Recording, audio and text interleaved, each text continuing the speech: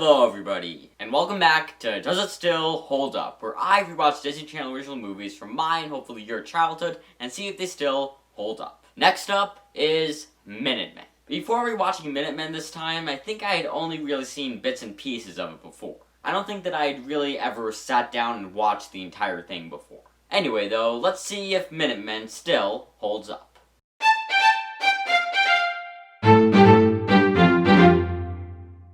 So the movie starts on the first day of our main character Virgil's freshman year of high school. Oh, by the way, Virgil is played by Jason Dolly, better known as PJ from Good Luck Charlie. Anyway, we see him with his two best friends, Derek and Stephanie, who he has a crush on. Stephanie's the one he has a crush on, not Derek. And the three of them are the bestest friends in the whole wide world, and nothing could ever change that. Yeah, I think you know where this is going.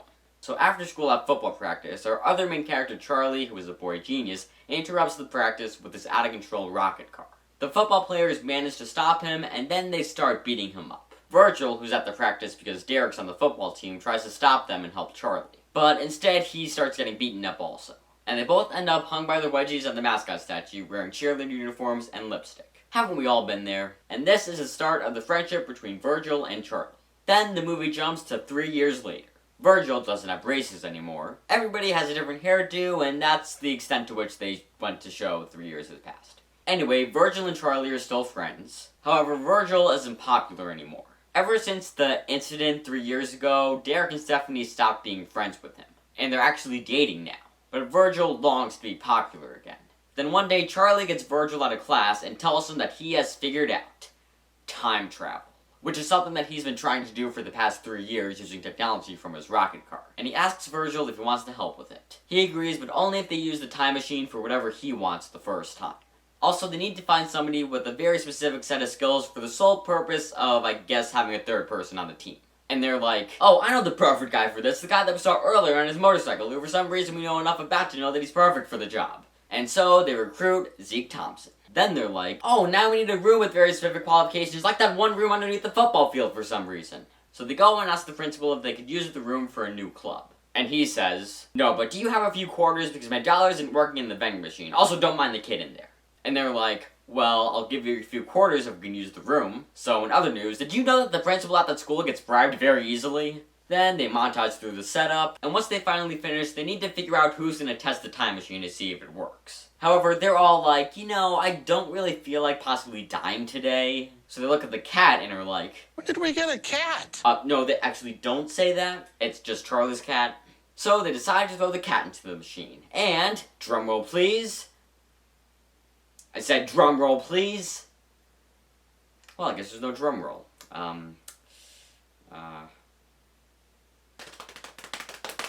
Success!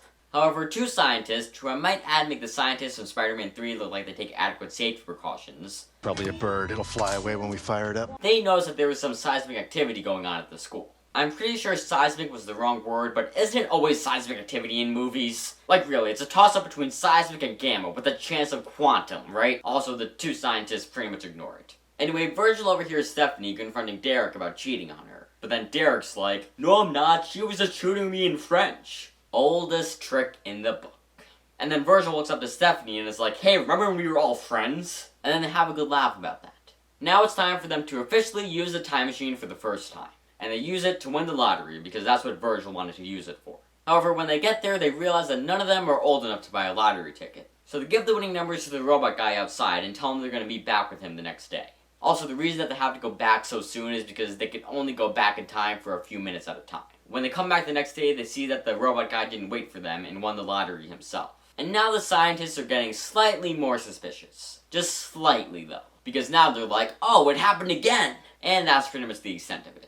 Then these bullies steal his kid Chester's clothes from the locker room. So Virgil, Charlie, and Zeke decide to go back in time to stop this from happening. And they become the Minute Men, changing those important minutes that can make or break, or in this case just break, a person's life. But the name the Minute Men doesn't really catch on at the school, and everybody calls them the snowsuit guys. This is because they have to wear snowsuits when they go back in time, because apparently traveling through time is really cold. So then there's a montage of them helping people as the Minute Men, or snowsuit guys. However, during this montage, we also see that they're being watched by the FBI. Why is the FBI watching them? Well, during lunch one day, Charlie decides to tell Virgil and Zeke exactly why. Apparently, he stole the last bit of information he needed for his time travel equation from NASA. You robbed NASA? So they decide to not use the machine for a while and lay low. Then they obviously, decide to use the machine again. This is because Virgil sees that Stephanie hurt her leg cheerleading. And just the day before, she had told him that she had gotten into her dream college. And she also said that she might be getting a cheerleading scholarship, which would allow her to be able to go to the school. And cheerleading and a broken leg don't really go together. So Virgil convinces the other two to go back in time and stop her from getting hurt. However, while they're back in time, Stephanie realizes that Virgil is one of the Minute Men. So the next day, Stephanie goes over to his house and is like, I know you're one of the snowsuit guys, and I also know how you do it. So Virgil says, time travel. But at the same time, Stephanie says, you're psychic. Then Virgil tries to play it off like she's right, but it doesn't work. Then the next day at the football game, Chester, who ever since the Minutemen saved him has been really popular, runs around the field in his underwear. For a guy with nudity issues, he's really come full circle. This ends up distracting Derek, causing the team to lose. So Stephanie tells Derek about Virgil and the Minutemen, and they ask him to go back in time and stop Derek from getting distracted. Virgil agrees, and they're like, hey, we're all friends again! However, when he tells Charlie about it, he says no at first, because it's starting to damage the space-time continuum. But then they're like, it's probably alright, I mean, who needs a space-time continuum anyway? So then they go back in time and stop Derek from losing the game. Then, Virgil blows up Charlie to go to a party with Derek and Stephanie, since they're all friends again! But then the next day, Virgil gets a call from Stephanie, crying. Apparently, she caught Derek cheating on her with the girl who was tutoring him. So, he comforts her. But then Derek asks Virgil to go back in time and stop Stephanie from catching him because it was a one-time thing and she kissed him. Again, oldest trick in the book. So now Virgil has a serious dilemma. And just when you thought matters couldn't get worse, he gets taken by the FBI. And they're like, you kind of stole from, NASA, and, that's kind of a big no-no, But Virgil's like, you can't prove it, I know, because I gotta be in government. And that apparently works to let them go. Then Virgil agrees to help Derek and go back in time. However, then Charlie finds out that they've created a black hole and tells the FBI. And the FBI is like, yeah, that's a problem, isn't it? So then, Virgil takes Stephanie to the very appropriately themed school dance. Couldn't have been more on the nose with those time references in a time travel movie. Then, Virgil and Stephanie are announced as the king and queen of the dance. They do the king and queen dance and they're like, hey, wait a second, we like each other, don't we? But then Derek is like, hey, Virgil, it's time to go back in time and get my girlfriend back. But then Virgil's like, no, you know what, why should I?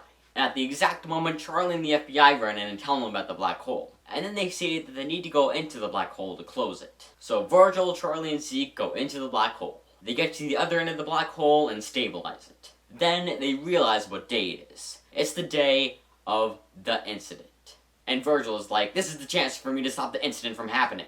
So he runs to the school. But when he gets there, Charlie stops him and says that it's his favorite day because it's the day that he and Virgil became friends. Then Charlie and Zeke leave to go back through the black hole. And Virgil sees that it was Derek's idea to put lipstick on them. He didn't actually try to stop the other football players like he had said earlier. So Virgil grabs Charlie's rocket car and catches up with Charlie and Zeke. Then the three of them just barely make it through the black hole before it touches the ground and they're stuck there forever.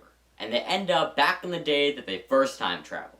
They go to the library and they see the "she was just tutoring me in French" conversation between Derek and Stephanie. Then, Virgil tells Derek to have fun with the girl who's teaching him French because they're both so good with lipstick. And Derek is like, oh, you know about the lipstick? Well, you were gonna be a dork anyway, Virgil. And Virgil is like, and you were always gonna be a jerk, Derek. I might be a busboy, but you just got served.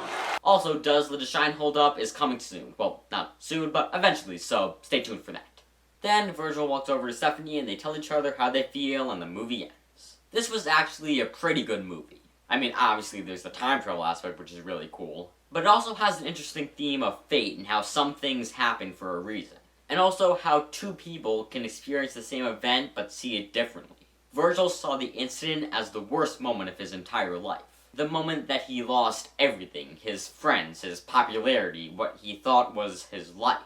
But Charlie saw the incident as the best moment of his entire life because it's the moment that he and Virgil became friends. Anyway, I've created a new rating system for these movies. Actually, I'm going to rate them in 3 categories. 1 is as a movie, looking at the story, the execution of the story, the characters, and the visual effects. And most of these movies, honestly, won't really go above a 5 out of 10 for that. Then I'm going to rate it on enjoyment and as a Disney Channel original movie. So first, as a movie.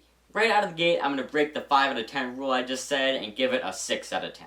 It's a really good story with really good characters. The pacing was surprisingly good for everything that they did in an hour and a half. The visual effects, taken into account that it was a Disney Channel original movie in 2008, was better than I would have expected. I mean, it's by no means good, but it's also by no means bad, so that's why it gets a 6 out of 10. Then, for enjoyment, I'm going to give it a 9 out of 10. It was a really good, fun, enjoyable movie about 3 teenagers who can travel through time.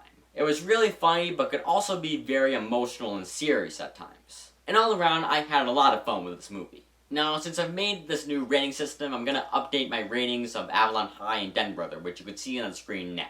Anyway, to answer the question, does Minutemen still hold up? Yes, it absolutely does. Like I said previously, it was a really enjoyable movie with fun characters, an interesting story, and a few interesting themes. So there are my thoughts on Minutemen.